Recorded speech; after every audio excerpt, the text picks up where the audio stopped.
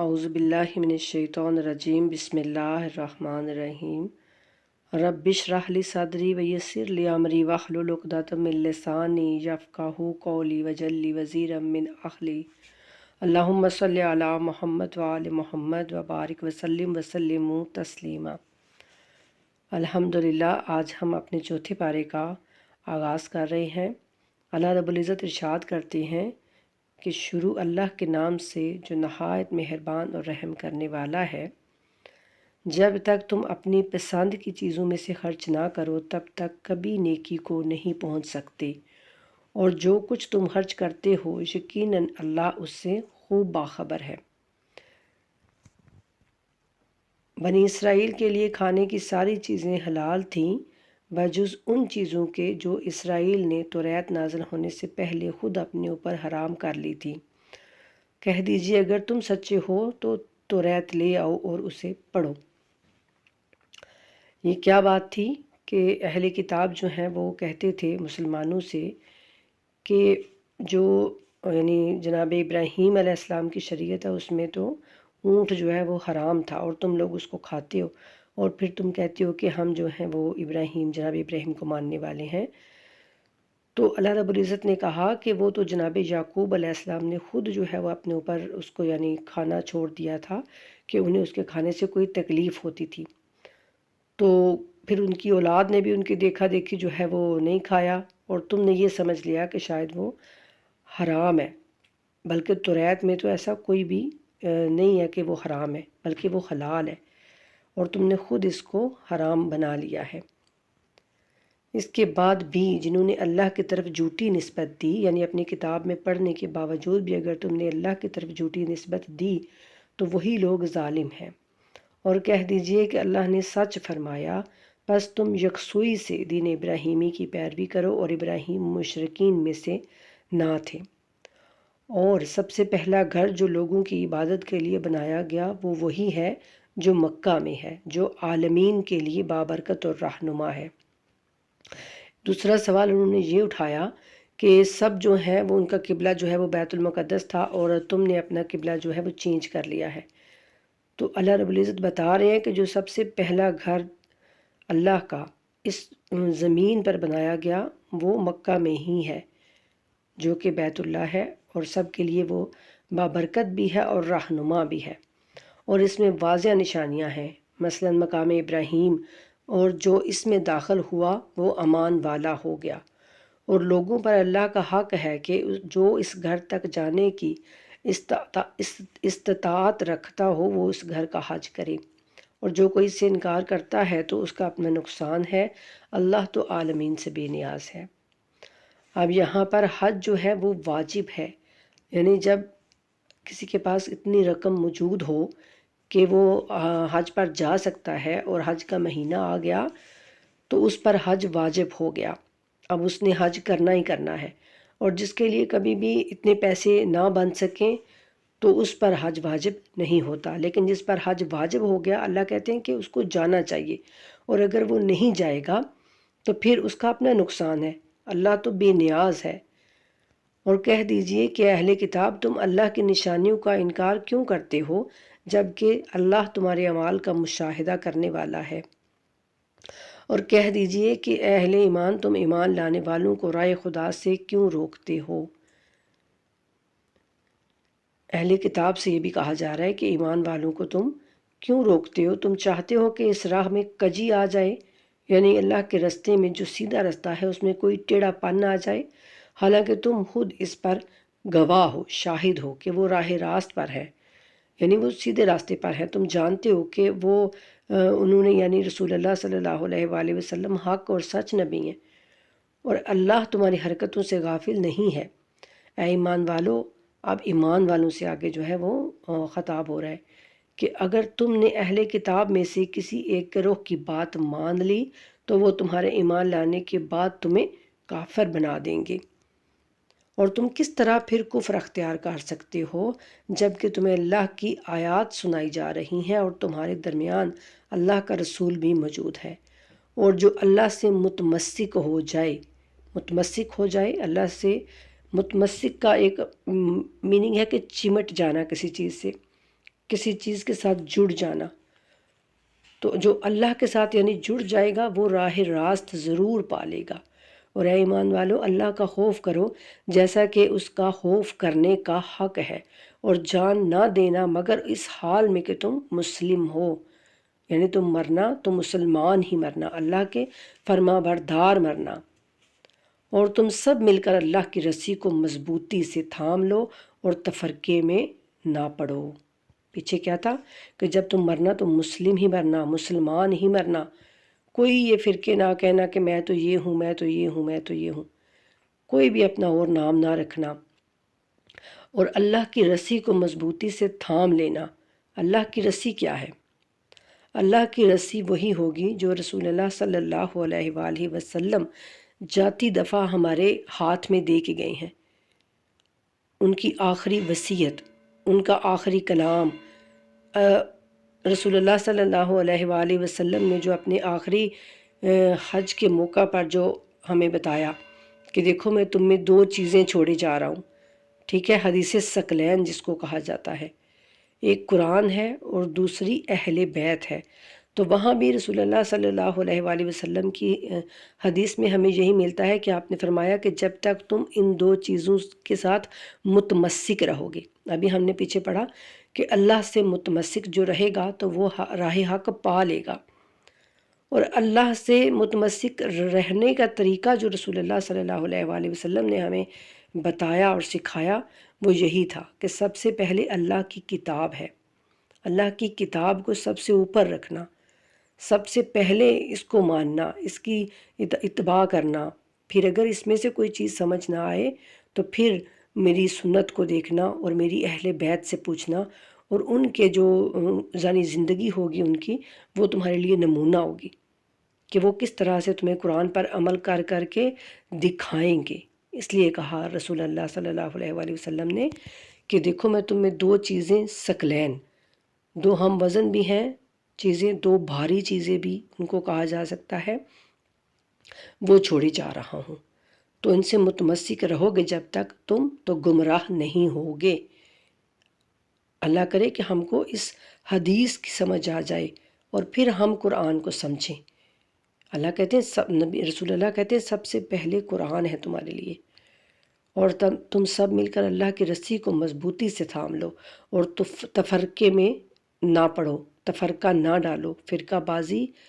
نہ کرو، اور تم اللہ کی اس نعمت کو یاد کرو کہ جب تم ایک دوسرے کے دشمن تھے تو اللہ نے تمہارے دلوں میں الفت ڈالی اور اس کی نعمت سے تم آپس میں بھائی بھائی بن گئے، اور تم آگ کے گڑھے کے کنارے تک پہنچ گئے تھے کہ اللہ نے تمہیں اس سے بچا لیا۔ اس طرح اللہ اپنی آیات کھول کر تمہارے لیے بیان کرتا ہے تاکہ تم ہدایت حاصل کرو۔ اللہ تو کہتے ہیں میں کھول کھول کے اپنی آیتیں بیان کرتا ہوں تمہارے لیے، کچھ بھی نہیں چھپاتا۔ اور اللہ کہتے ہیں کہ اور تم میں سے ایک جماعت ایسی ضرور ہونی چاہیے جو نیکی کی دعوت اور بھلائی کا حکم دے اور برائیوں سے روکے، اور یہی لوگ نجات پانے والے ہیں۔ دیکھا اللہ رب العزت ہم سب کو یہ دعوت دے رہے ہیں کہ تم میں سے ضرور کچھ لوگ ایسے ہونے چاہیے، یعنی اسی لیے رسول اللہ صلی اللہ علیہ وآلہ وسلم کا اقوال بھی ہمیں ملتا ہے کہ تم اپنی اولاد میں سے کم از کم ایک بچے کو دین کے لیے وقف کر دو، دین یعنی جو دین سیکھے اور پھر وہ لوگوں تک آگے دین کو پہنچائے۔ تو اللہ تعالیٰ بھی یہاں پر یہ کہہ رہے ہیں کہ تم میں سے ایک جماعت ایسی ضرور ہونی چاہیے جو نیکی کی دعوت اور بھلائی کا حکم دے اور برائیوں سے روکے، اور پھر یہی لوگ نجات پانے والے ہیں، کامیاب ہو جانے والے ہیں۔ اور تم ان لوگوں کی طرح نہ ہونا جو واضح دلائل آ جانے کے بعد بھی بٹ گئے، یعنی واضح دلائل آیات آ جائی اللہ کی طرف سے، واضح حکم آ جائے، اس کے بعد بٹ گئے، فرقوں میں بٹ گئے اور اختلاف کا شکار ہو گئے، مختلف فرقے بن گئے یعنی، اور ایسے لوگوں کے لیے بڑا عذاب ہوگا۔ اب اس سے زیادہ اور اللہ تعالیٰ ہمیں کس طرح سمجھائیں؟ ہمارے پاس بھی کیا واضح دلائل نہیں ہے؟ قرآن کریم ہمارے پاس موجود نہیں ہے، پھر ہم کیوں اختلاف کا شکار ہو گئے ہیں؟ اللہ کہتے ہیں انہی کے لیے بڑا عذاب ہوگا، اور قیامت کے دن کچھ لوگ سرخرو اور کچھ لوگ سیاہ رو ہوں گے۔ یہاں پر ایک ترجمہ یہ کیا جاتا ہے اور یہ کیا جاتا ہے کہ قیامت کے دن کچھ لوگ سفید چہرے والے ہوں گے اور کچھ لوگ سیاہ چہرے والے ہوں گے۔ پس جو سیاہ چہرے والے ہوں گے ان لوگوں سے، ان سے کہا جائے گا کہ کیا تم نے ایمان لانے کے بعد کفر اختیار کیا تھا؟ یعنی ایمان لانے کے بعد تم نے پھر اس کا انکار کر دیا تھا اللہ کی آیات کا، تو پس اب اپنے اس کفر کے بدلے عذاب چکھو۔ اور جن کے چہرے روشن ہوں گے وہ اللہ کی رحمت میں ہوں گے، جن میں وہ ہمیشہ رہیں گے۔ اب اللہ تعالیٰ سیاہ چہرے والے کن کو کہہ رہے ہیں؟ جو تفرقے بازی کرتا ہے، جو فرقے ڈالتا ہے، جو اختلافات پیدا کرتا ہے، جو کہتا ہے کہ ایک دوسرے کو کہ ہم ٹھیک ہیں دوسرے سب جہنمی ہیں، ان سب کو اللہ تعالیٰ اس میں داخل کر رہے ہیں۔ آگے اللہ کہتے ہیں یہ ہے اللہ کی نشانیاں جو صحیح انداز میں ہم آپ کو سنا رہے ہیں، اور اللہ اہل عالم پر ظلم نہیں کرنا چاہتا، اور آسمانوں اور زمین کی ساری چیزوں کا مالک اللہ ہے، اور تمام معاملات کی بازگشت اللہ ہی کی طرف ہے۔ اور تم بہترین امت ہو جو لوگوں کی اصلاح کے لیے پیدا کیے گئے ہو۔ سبحان اللہ، یعنی اللہ تعالیٰ تو ہمیں بہترین امت کہہ رہے ہیں مسلمانوں کو کہ تم لوگوں کی اصلاح کے لیے پیدا کیے گئے ہو۔ لیکن آج ہم اپنے گریبانوں میں جھانکیں، دیکھیں کیا ہم لوگوں کی اصلاح کر رہے ہیں؟ کیا ہم لوگوں کے لیے نمونہ عمل ہیں کہ لوگ ہماری پیروی کر کے تو اللہ کے نزدیک ہو جائیں، اللہ کا قرب حاصل کریں؟ کیا ایسی خصوصیات ہمارے اندر ہیں؟ یہ آیت ہمیں دعوت دیتی ہے کہ ہم اس کے آئینے میں خود کو رکھ کے تو چیک کریں کہ ہم کیا ہیں۔ اللہ کہتے ہیں تم بہترین امت ہو جو لوگوں کی اصلاح کے لیے پیدا کیے گئے ہو، تم نیکی کا حکم دیتے ہو اور برائی سے روکتے ہو۔ کیا ہم ایسا کر رہے ہیں؟ اور اللہ پر ایمان رکھتے ہو۔ ایمان یقین رکھنا اللہ پر، اور اگر اہل کتاب ایمان لے آتے تو خود ان کے لیے بہتر تھا، اگرچہ ان میں سے کچھ لوگ ایمان والے ہیں لیکن ان کی اکثریت فاسق ہے۔ یہ لوگ اظہار ثانی کے سوا تمہارا کچھ نہیں بگاڑ سکتے،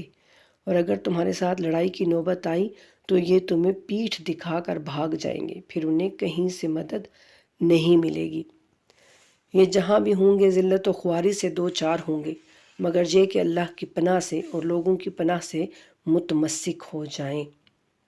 یعنی اگر لوگوں کی پناہ میں آ جائیں گے تو، اور یہ اللہ کے غضب میں مبتلا رہیں گے،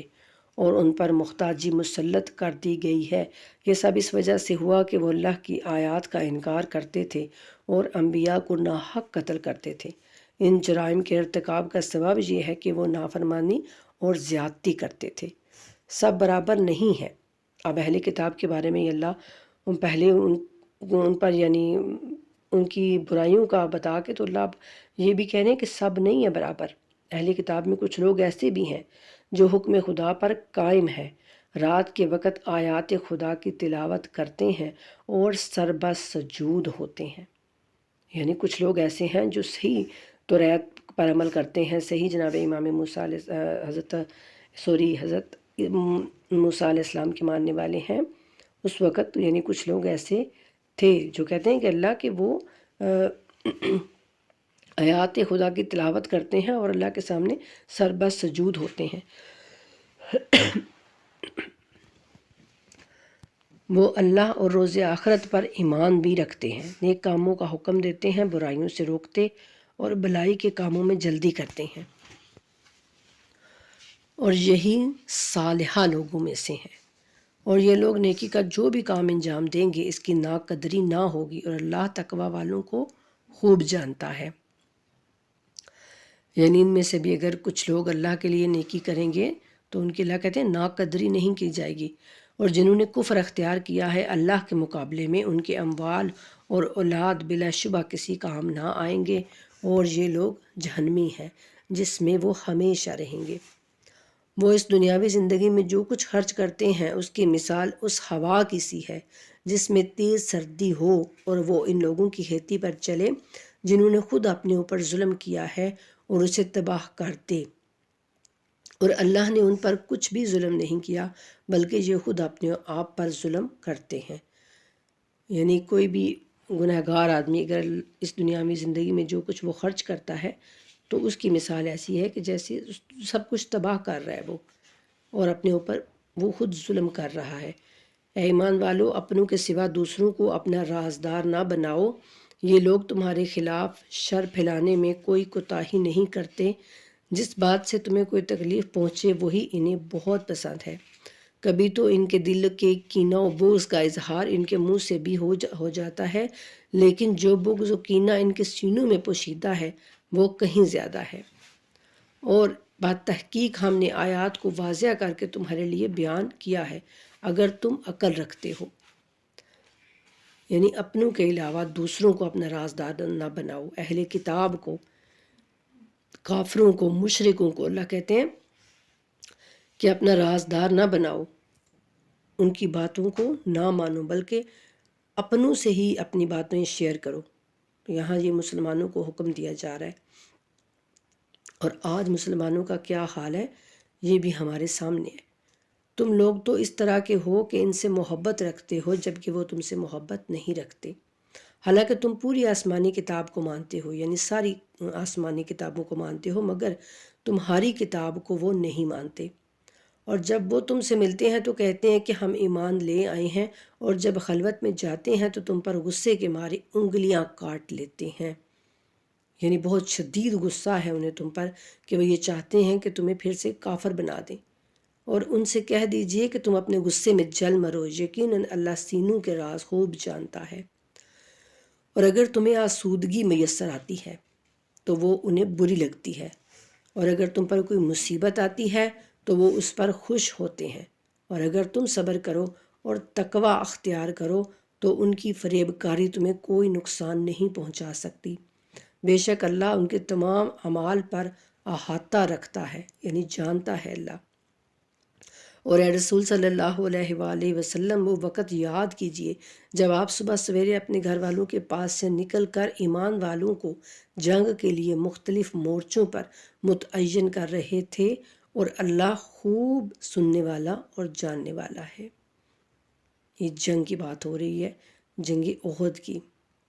یہ اس وقت کی بات ہے جب تم میں سے دو گروہ بزدلی دکھانے پر آمادہ ہو گئے تھے، حالانکہ اللہ ان کا مددگار تھا، اور مومنین کو چاہیے کہ اللہ پر توکل رکھیں۔ یہ جب جنگ احد ہوئی تو 1000 مسلمان جو ہیں وہ پہلے نکلے مدینے سے، اور مکے سے 5000 کافر جو ہیں وہ نکلے۔ تو لیکن راستے میں آ کے تو عبداللہ ابن ابی جو تھا، جو سب سے بڑا منافق تھا، منافقوں کا سردار تھا، اس نے لوگوں میں جو ہے وہ پھوٹ ڈلوا دی، اور 300 لوگ جو ہیں وہ اس کے ساتھ جو واپس چلے گئے مدینے میں، وہ لڑنے پر آمادہ نہ ہوئے۔ اور 2 اور گروہ اللہ کہتے ہیں کہ وہ بھی اس چیز پر آمادہ ہو جاتے اگر ان پر اللہ کا کرم نہ ہوتا تو وہ بھی واپس جانے لگے تھے، لیکن پھر وہ رک گئے۔ تو اللہ کہتے ہیں کہ اللہ ان کا مددگار تھا، اور مومنین کو چاہیے کہ اللہ ہی پر توکل رکھیں۔ اور بات تحقیق بدر میں اللہ نے تمہاری مدد کی، یعنی یہ سچ ہے بالکل تحقیق کے مطابق۔ یہ جب کہا جاتا ہے کہ بات تحقیق تو اس کا مطلب کہ یہ بالکل سچ ہے، حقیقت ہے۔ بدر میں اللہ نے تمہاری مدد کی جب تم کمزور تھے، بس اللہ سے ڈرو تاکہ شکر گزار بن جاؤ۔ یعنی اللہ جنگ احد میں مسلمانوں کو بدر کی یاد دلوا رہے ہیں کہ تب تو تم بہت کم تھے، تو تب بھی اللہ نے تمہاری مدد کی تھی اور تم جو ہے وہ کامیاب ہو گئے تھے۔ تو اب جو ہے اب بھی اللہ پر توکل رکھو۔ اور جب آپ مومنین سے کہہ رہے تھے کہ تمہارے لیے کافی نہیں ہے کہ تمہارا رب 3000 فرشتے نازل فرما کر تمہاری مدد کرے، ہاں اگر تم صبر کرو اور تقوی اختیار کرو تو دشمن جب بھی تم پر اچانک حملہ کر دے، تمہارا رب اسی وقت 5000 نشان زدہ فرشتوں سے تمہاری مدد کرے گا۔ 3000 فرشتے اللہ نے جنگ بدر میں جو بھیجے تھے وہ رسول اللہ صلی اللہ علیہ وآلہ وسلم یاد کروا رہے ہیں مسلمانوں کو، اور کہہ رہے ہیں کہ اگر تم تقوی اختیار کرو گے اور صبر کرو گے تو پھر اللہ مزید جو ہے وہ 5000 فرشتوں سے بھی تمہاری مدد کرے گا انشاءاللہ۔ اور یہ بات اللہ نے صرف تمہاری خوشی اور اطمینان قلب کے لیے کی ہے، اور فتح و نصرت صرف اللہ ہی کی جانب سے ہے جو بڑا غالب آنے والا اور حکمت والا ہے۔ اور اس مدد کا مقصد یہ ہے کہ کافروں کے ایک دستے کو کاٹ دے یا انہیں ذلیل و خوار کر دے تاکہ وہ نامراد پسپا ہو جائیں۔ اور اے رسول، اس بات میں آپ کا کوئی دخل نہیں، چاہے تو اللہ انہیں معاف کرے اور چاہے تو سزا دے، کیونکہ یہ لوگ ظالم ہیں۔ یہ یہاں بات ہو رہی ہے کہ پیچھے جو کفار تھے جنہوں نے یہ سر کیا تھا، تو اللہ کہتے ہیں کہ یعنی اے رسول صلی اللہ علیہ وآلہ وسلم، آپ کا کوئی دخل نہیں، چاہے تو اللہ انہیں معاف کرے اور چاہے تو سزا دے، کیونکہ یہ لوگ ظالم ہیں۔ اور آسمانوں اور زمین میں جو کچھ ہے اس کا مالک اللہ ہے، اللہ جسے چاہے بخش دے اور جسے چاہے عذاب دے، اور اللہ بڑا بخشنے والا اور خوب رحم کرنے والا ہے۔ اور اے ایمان والو، کئی گناہ بڑھا چڑھا کر سود نہ کھایا کرو اور اللہ سے ڈرو تاکہ تم فلاح پاؤ۔ یہ اللہ تعالیٰ پھر سود کے بارے میں کہہ رہے ہیں کہ بڑھا چڑھا کر اس کو نہ کھاؤ، اور اس آگ سے بچو جو کافروں کے لیے تیار کی گئی ہے، اور اللہ اور رسول کی اطاعت کرو تاکہ تم پر رحم کیا جائے۔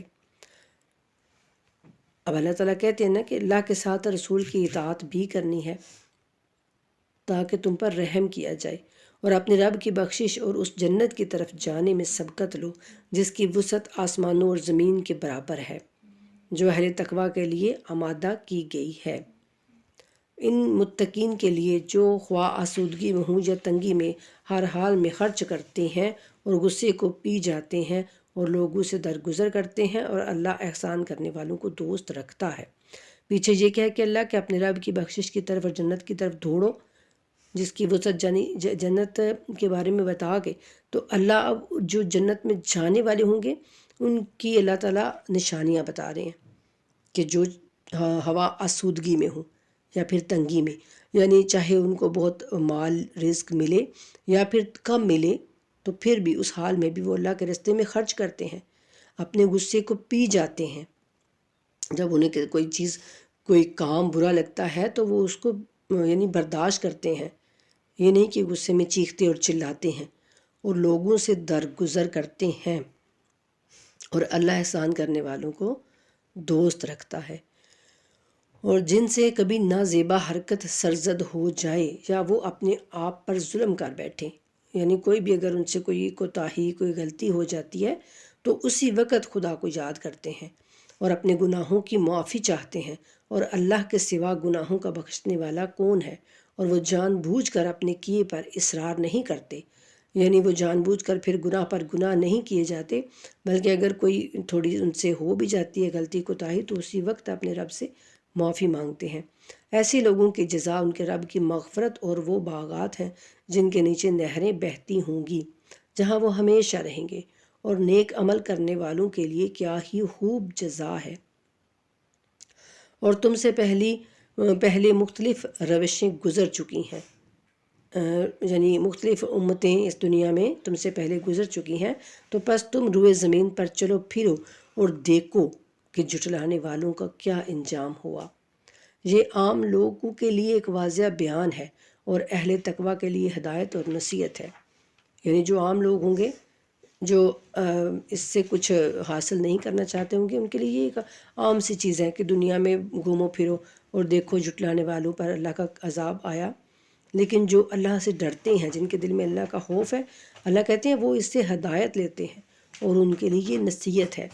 اور ہمت نہ ہارو اور غم نہ کرو کہ تم ہی غالب رہو گے، بشرطے کہ یہ کہ تم مومن ہو، اور اگر تمہیں کوئی زخم لگا ہے تو تمہارے دشمن کو بھی ویسا ہی زخم لگ چکا ہے۔ یہ ساری پھر جنگ احد کی بات آ رہی ہے کہ جنگ احد میں آپ کو پتہ ہے سب کو کہ وہاں پر کیا ہوا تھا۔ پہلے مسلمان جیت رہے تھے، لیکن جو ہی وہ پہاڑ کے اوپر سے جو مسلمان رسول اللہ نے وہاں پر کھڑے کیے تھے، جب وہ اتر آئے تو پھر جو ایک دم سے جو فتح تھی وہ شکست میں بدل گئی۔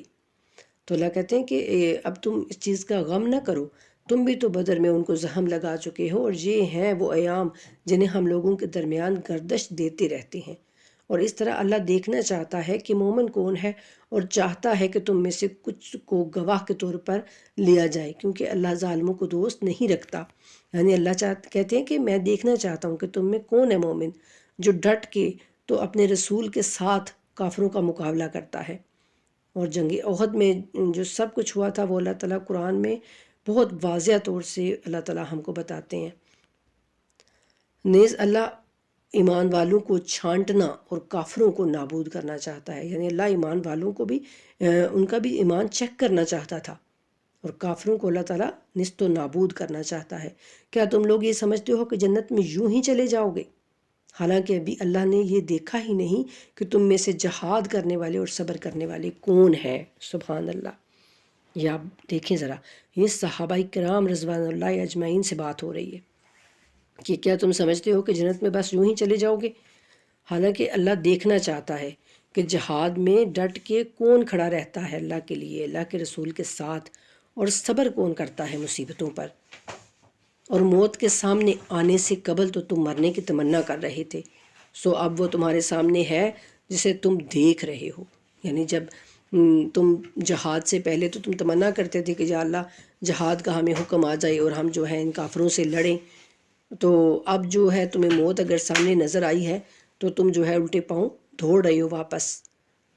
جنگ احد میں بہت سے مسلمانوں کے جو پاؤں ہیں وہ اکھڑ گئے تھے،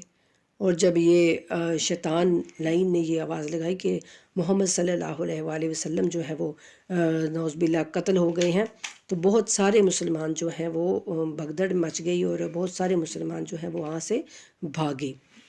تو اللہ کہتے ہیں کہ اب موت کو تم جب سامنے دیکھ رہے ہو تو اب تم بھاگ رہے ہو، اور محمد صلی اللہ علیہ وآلہ وسلم تو بس رسول ہی ہیں، ان سے پہلے اور بھی رسول گزر چکے ہیں۔ بھلا اگر یہ وفات پا جائیں یا قتل کر دیے جائیں تو کیا تم الٹے پاؤں پھر جاؤ گے؟ اور جو الٹے پاؤں پھر جائے گا وہ اللہ کو کوئی نقصان نہیں پہنچا سکے گا، اور اللہ عن قریب شکر گزاروں کو جزا دے گا۔ تو یہ اللہ ہم سے کہہ رہے ہیں کہ محمد جو ہے وہ تو بس ایک رسول ہے تمہارے درمیان، یعنی انہوں نے تو موت تو ان کو آنی ہی آنی ہے، تو کیا جب وہ اگر ان کو خود موت آ جائے یا وہ قتل کر دیے جائیں تو کیا تم الٹے پھر جو ہے وہ مشرک بن جاؤ گے؟ تو جو ایسا کرے گا وہ اللہ کا کوئی نقصان نہیں کرے گا، اور جو اللہ کا شکر گزار بندہ ہوگا تو اللہ اس کو جزا دے گا۔ اور کوئی جاندار اذن خدا کے بغیر نہیں مر سکتا، یعنی موت تو آ ہی نہیں سکتی اللہ کے حکم کے بغیر، اور موت آنی بھی ضرور ہے، تم چاہے جہاں بھی ہو، تو اس نے موت کا وقت جو ہے مقرر کر کے لکھ رکھا ہے۔ اور جو شخص اپنے اعمال کا صلہ دنیا میں چاہے گا اسے ہم دنیا میں دیں گے، اور جو آخرت کے ثواب کا خواہ ہوگا اسے آخرت میں دیں گے،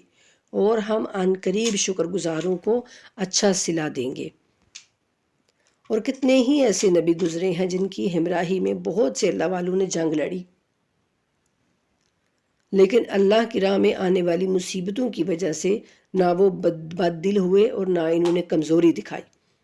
یعنی وہ رسول کے ساتھ جو ہے وہ جہاد میں اپنے قدم جما کے رکھتے تھے۔ تمہاری طرح مصیبتوں کی وجہ سے وہ نہ تو بد دل ہوئے تھے اور نہ ہی انہوں نے کوئی کمزوری دکھائی تھی، اور نہ وہ خوار ہوئے، اور اللہ تو صابروں کو دوست رکھتا ہے۔ اور ان کی دعا صرف یہ تھی، یعنی وہ جنگ میں رسول کے ساتھ لڑ بھی رہے تھے۔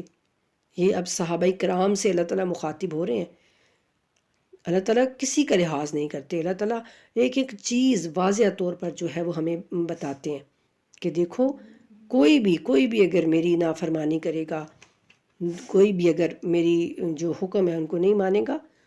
تو اس کا حال یہی ہوگا۔ حتیٰ کہ رسول اللہ صلی اللہ علیہ وآلہ وسلم کے بارے میں بھی اللہ رب العزت سخت الفاظ استعمال کرتے ہیں، صرف اس لیے کہ ہم یہ جان سکیں، ورنہ ہم جانتے ہیں کہ رسول اللہ صلی اللہ علیہ وآلہ وسلم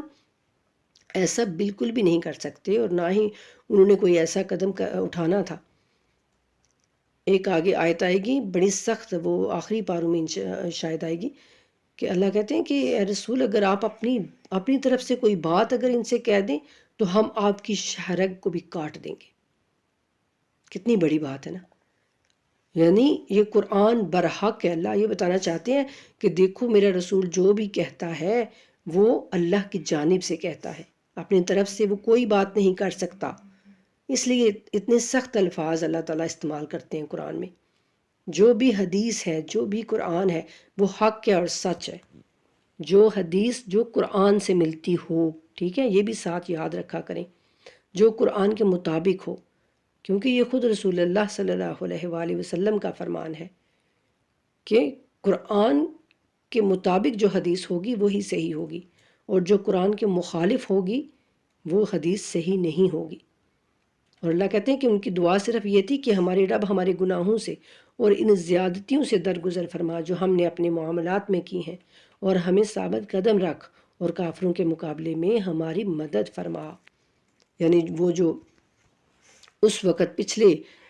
انبیاء کی اور ان کے ساتھیوں کے اللہ تعالیٰ تعریف کر رہے ہیں۔ چنانچہ اللہ نے انہیں دنیا کا ثواب بھی دیا اور آخرت کا بہتر ثواب بھی عطا کیا، اور اللہ نیکی کرنے والوں کو دوست رکھتا ہے۔ اے ایمان والو، اگر تم نے کافروں کی اطاعت کی تو وہ تمہیں الٹا پھیر دیں گے، پھر تم بڑے خسارے میں پڑ جاؤ گے، اور دراصل اللہ ہی تمہارا کارساز ہے اور وہی بہترین مددگار ہے۔ ہم عنقریب کافروں کے دلوں میں رعب بٹھائیں گے، کیونکہ یہ اللہ کے ساتھ شرک کرتے ہیں جس کی اللہ نے کوئی سند نازل نہیں کی، اور ان کا ٹھکانہ جہنم ہے، اور وہ ظالموں کے لیے برا ٹھکانہ ہے۔ اور بے شک اللہ نے تم سے جو وعدہ کیا تھا وہ پورا کیا، جب تم اللہ کے حکم سے کفار کو قتل کر رہے تھے، یہاں تک کہ تم خود کمزور پڑ گئے، اور امر رسول میں تم نے باہم اختلاف کیا۔ رسول کے حکم میں، امر کہتے ہیں حکم کو، اور اس کی نافرمانی کی، جبکہ اللہ نے تمہاری پسند کی بات فتح و نصرت تمہیں دکھا دی تھی۔ تم میں سے کچھ طالب دنیا تھے اور کچھ طالب آخرت، یعنی آخرت کے خواہاں۔ پھر اللہ نے تمہیں کافروں کے مقابلے میں پسپا کر دیا، کافروں کے مقابلے میں تمہیں یعنی کمزور بنا دیا، یعنی تمہیں شکست دے دی تاکہ وہ تمہارا امتحان لے، اور اللہ نے تمہارا قصور معاف بھی کر دیا، اور اللہ ایمان والوں پر بڑا فضل کرنے والا ہے۔ اب یہ سارا نقشہ اللہ تعالیٰ کھینچ رہے ہیں جنگی احد کا، کہ اللہ کہتے ہیں کہ جو میں نے تم سے وعدہ کیا تھا نا، وہ میں نے تو پورا کیا تھا نصرت کا، کہ تمہیں فتح ہوگی، لیکن تم خود کمزور پڑ گئے تھے۔ یعنی جو اوپر سے پہاڑ پر جو لوگ تھے وہ جب نیچے اترے، کس لیے؟ مال دنیا کی طلب میں۔ اللہ کہتے ہیں کچھ نے جب دنیا کی طلب میں اپنا آپ دکھایا تو پھر اللہ نے بھی ان کو یہ سزا دی کہ پھر جو ہے وہ تمہیں شکست کا سامنا کرنا پڑا۔ اور اللہ کہتے ہیں کہ جو تم نے پھر وہ سارا کچھ کیا تھا نا، میں نے وہ تمہارا قصور معاف بھی کر دیا ہے، اور ایمان والوں پر اللہ بڑا فضل کرنے والا ہے۔ اور یاد کرو جب تم چڑھائی کی طرف بھاگے جا رہے تھے، پہاڑ کی جانب، اور کسی کو پلٹ کر نہیں دیکھ رہے تھے، حالانکہ رسول تمہارے پیچھے تمہیں پکار رہے تھے۔ نتیجے کے طور پر اللہ نے تمہیں غم کی پاداش میں غم دیا، تاکہ جو چیز تمہارے ہاتھ سے جائے اور جو مصیبت تم پر نازل ہو اس پر تمہیں دکھ نہ ہو، اور اللہ تمہارے اعمال سے خوب باخبر ہے۔ یہ بھی جب ہم تاریخ کی کتابیں پڑھتے ہیں نا، سیرت والی، تو اس میں ہم دیکھتے ہیں کچھ صحابہ کرام وہ کہتے ہیں کہ ہم جب یہ ساری بھگدڑ مچ گئی اور یہ آواز آئی ہمیں کہ رسول اللہ صلی اللہ علیہ وآلہ وسلم جو ہے وہ قتل ہو گئے ہیں، تو ہمیں کچھ سمجھ نہیں آئی، اور ہم پیچھے کی طرف بھاگے، مدینے کی طرف، اور پھر ہم اوپر جو ہے وہ ایک پہاڑ تھا تو اس پر ہم چڑھ گئے، اور وہاں پر جا کے اوپر ہم نے پناہ لی۔ تو وہ اللہ تعالیٰ وہ نقشہ سارا یہاں قرآن میں دیکھی کھینچ رہے ہیں۔ اللہ کہتے ہیں کہ تم اوپر چڑھ رہے تھے اور تم پلٹ کر نہیں دیکھتے تھے، حالانکہ تمہارے رسول تمہیں پیچھے سے پکار رہے تھے، اور اس کے نتیجے میں پھر اللہ نے تمہیں غم پر غم دیا۔ اور اس لیے بھی اللہ کہتے ہیں کہ تاکہ تم مصیبت پر جو بھی تم پر نازل ہو تو تم اس پر صبر کرنا سیکھو، اور تمہیں اگر کوئی دکھ ہو تو تم اس کو برداشت کرنا سیکھو۔ اور پھر جب اس غم کے بعد تم پر امن و سکون نازل فرمایا، تم پر تسکینیت نازل فرمائی، تو تم میں سے ایک گروہ تو اونگنے لگا، جبکہ دوسرے گروہ کو اپنی جانوں کی پڑی ہوئی تھی۔ وہ ناحق اللہ پر زمانہ جاہلیت والی بدگمانیاں کر رہے تھے کہ کیا اس امر میں ہمارا بھی کوئی حصہ ہے؟ تو کہہ دیجئے کہ سارا اختیار اللہ کے ہاتھ میں ہے۔ یہ لوگ جو بات اپنے اندر چھپائے رکھتے ہیں اسے آپ پر ظاہر نہیں کرتے۔ وہ کہتے ہیں کہ اگر قیادت میں ہمارا کچھ دخل ہوتا تو ہم یہاں مارے نہ جاتے۔ تو کہہ دیجئے کہ اگر تم اپنے گھروں میں ہوتے تو بھی جن کے مقدر میں قتل ہونا لکھا ہے وہ خود اپنے مقتل کی طرف نکل پڑتے۔ اور یہ جو کچھ ہوا وہ اس لیے تھا کہ جو کچھ تمہارے سینوں میں ہے اللہ اسے آزمائے اور جو کچھ تمہارے دلوں میں ہے اسے چھانٹ کر واضح کر دے، اور اللہ دلوں کا خول خوب جانتا ہے۔ جنگ احد میں بہت سے مسلمان جو ہیں وہ بھی شہید ہو گئے، یہاں تک کہ جناب حضرت رسول اللہ صلی اللہ علیہ وآلہ وسلم کے چچا جناب حمزہ وہ بھی اسی جنگ میں جو ہے وہ شہید ہوئے تھے۔ تو اللہ کہتے ہیں کہ یہ سارا جو کچھ جو بھی ہوا ہے نا، تو یہ اسی وجہ سے ہوا ہے کہ تم نے اپنے رسول کی نافرمانی کی ہے۔ تو اب تم جو پھر منافق تھے وہ عجیب و غریب باتیں کرنے لگے کہ یہ کیوں ہو گیا، یہ نہیں ہونا چاہیے تھا، اللہ کو ہمارا ساتھ دینا چاہیے تھا، اس طرح سے۔ تو یہ پھر اللہ تعالیٰ ان کے جواب میں یہ ساری آیات بھیجتے ہیں۔ اور دونوں فریقوں کے مقابلے کے روز تم میں سے جو لوگ پیٹھ پھیر گئے تھے، بلا شبہ ان کی اپنی بعض کرتوتوں کی وجہ سے شیطان نے انہیں پھسلا دیا تھا۔ اللہ کہتے ہیں کہ جب یعنی احد کے موقع پر جب کافر اور مشرک جو ہے وہ آپس میں آمنے سامنے ہوئے، تو تم میں سے جو لوگ بھاگ گئے، پیٹھ اپنی دکھا گئی، یعنی تو اللہ کہتے ہیں کہ ان کی بعض اپنے گناہوں کی وجہ سے شیطان جو ہے پھر ان پر مسلط ہو جاتا ہے۔ یعنی جب اللہ کہتے ہیں جب تم برے کام کرتے ہو تو شیطان تم پر قبضہ ہی تب پا لیتا ہے جب تمہارے اندر برائی ہوتی ہے۔ پھر اللہ کہتے ہیں تاہم اللہ نے انہیں معاف کر دیا، یعنی یقیناً اب اللہ نے ان کو معاف کر دیا ہے جو اس وقت یعنی بھاگے تھے یا جو بھی اس وقت ہوا تھا۔ تو اللہ کہتے ہیں کہ اللہ نے ان کو معاف کر دیا، اور یقیناً اللہ بڑا درگزر کرنے والا بردبار ہے۔ اور اے ایمان والو، کافروں کی طرح نہ ہونا جو اپنے عزیز و اقارب سے جب وہ سفر یا جنگ پر جاتے ہیں تو کہتے ہیں کہ اگر وہ ہمارے پاس ہوتے تو نہ مرتے اور نہ قتل ہوتے۔ یعنی کافر یہ کہتے ہیں، تو دیکھو قتل یعنی موت کا ایک وقت مقرر لکھا ہوا ہے، اور وہ آنا ہی آنا ہے، اور اسی جگہ پر آنا ہے جہاں پر اللہ رب العزت نے لکھ دیا ہے۔ تو تم یہ ایسی باتیں نہ کرنا کافروں کی طرح کہ اگر وہ ہمارے پاس رہتے تو نہ مرتے اور نہ قتل ہوتے۔ اللہ ایسی باتوں کو ان کے دلوں میں حسرت پیدا کرنے کے لیے سبب بنا دیتا ہے، ورنہ حقیقتاً مارنے اور جلانے والا تو اللہ ہی ہے، اور ساتھ تمہارے اعمال کا خوب مشاہدہ کرنے والا بھی اللہ ہی ہے۔ اور اگر تم راہ خدا میں مارے جاؤ یا مر جاؤ تو اللہ کی طرف سے جو بخشش اور رحمت تمہیں نصیب ہوگی وہ ان سب سے بہتر ہے جو وہ لوگ جمع کرتے ہیں۔ یعنی دنیا میں جو بھی انسان مال جمع کرتا ہے، ظاہر ہے اگر اللہ کے رستے میں مارا جائے یا پھر مومن خود مر جائے تو اس کو اللہ کی بخشش اور رحمت اس قدر نصیب ہوگی کہ دنیا کا مال اس کے سامنے کچھ بھی نہیں ہے۔ اور اگر تم مر جاؤ یا مارے جاؤ آخرکار اللہ کی بارگاہ میں اکٹھے کیے جاؤ گے۔ اور اے رسول، یہ مہر الہی ہے، یعنی یہ اللہ کا کرم ہے کہ آپ ان کے لیے نرم مزاج واقع ہوئے ہیں۔ سبحان اللہ، اپنے رسول کے لیے اللہ کہہ رہے ہیں کہ اتنا نرم مزاج آپ رکھتے ہیں کہ یہ اللہ کا فضل ہے کہ آپ مسلمانوں کے درمیان جو پیغمبر ہیں تو آپ بہت ہی نرم مزاج ہیں۔ اور اگر آپ تندخو اور سنگ دل ہوتے، یعنی آپ اگر تیز مزاج والے ہوتے، غصے والے ہوتے، تو یہ لوگ آپ کے پاس سے منتشر ہو جاتے۔ بس ان سے درگزر کریں اور ان کے لیے مغفرت طلب کریں اور معاملات میں ان سے مشورہ کر لیا کریں۔ پھر جب آپ عزم کر لیں تو اللہ پر بھروسہ کریں، اور بے شک اللہ بھروسہ کرنے والوں کو پسند کرتا ہے۔ یعنی خود بھی اللہ کہہ رہے ہیں کہ میں نے ان کو معاف کر دیا، اور اپنے رسول سے بھی کہہ رہے ہیں کہ آپ ان کے لیے مغفرت طلب کرتے رہا کریں، اور جو معاملات ہیں ان میں آپس میں سب سے مشورے لیا کریں، بات ایک دوسرے سے کر لیا کریں، اور آپ ان کے لیے جو ہے وہ ان سے آپ درگزر کریں۔ اور مسلمانوں، اگر اللہ تمہاری مدد کرے تو پھر کوئی تم پر غالب نہیں آ سکتا، اور اگر اللہ تمہارا ساتھ چھوڑ دے تو اس کے بعد کون ہے جو تمہاری مدد کو پہنچے۔ لہٰذا ایمان والوں کو چاہیے کہ وہ صرف اللہ پر بھروسہ کریں۔ یہاں سے ہمیں پتہ چلتا ہے کہ مدد صرف اللہ کی ذات کر سکتی ہے، اور اسی کی طرف مدد جو ہے وہ اس کی طرف سے آ سکتی ہے، اور اسی کو مدد کے لیے پکارنا چاہیے۔ اللہ کہتے ہیں کہ اگر اللہ تمہیں چھوڑ دے تو کوئی تمہاری مدد نہیں کر سکتا، اور اگر اللہ تمہارا ساتھ دے تو کوئی تم پر غالب نہیں آ سکتا۔ تو اس لیے ایمان والوں کو چاہیے کہ وہ صرف اللہ پر بھروسہ کریں، اور کسی نبی سے یہ نہیں ہو سکتا کہ وہ خیانت کرے، اور جو کوئی خیانت کرتا ہے وہ قیامت کے دن اپنی ہی خیانت کی ہوئی چیز کو اللہ کے سامنے حاضر کرے گا، پھر ہر شخص کو اس کے اعمال کا پورا بدلہ دیا جائے گا اور ان پر ظلم نہیں کیا جائے گا۔ یہ بھی کہتے ہیں کہ مال غنیمت میں سے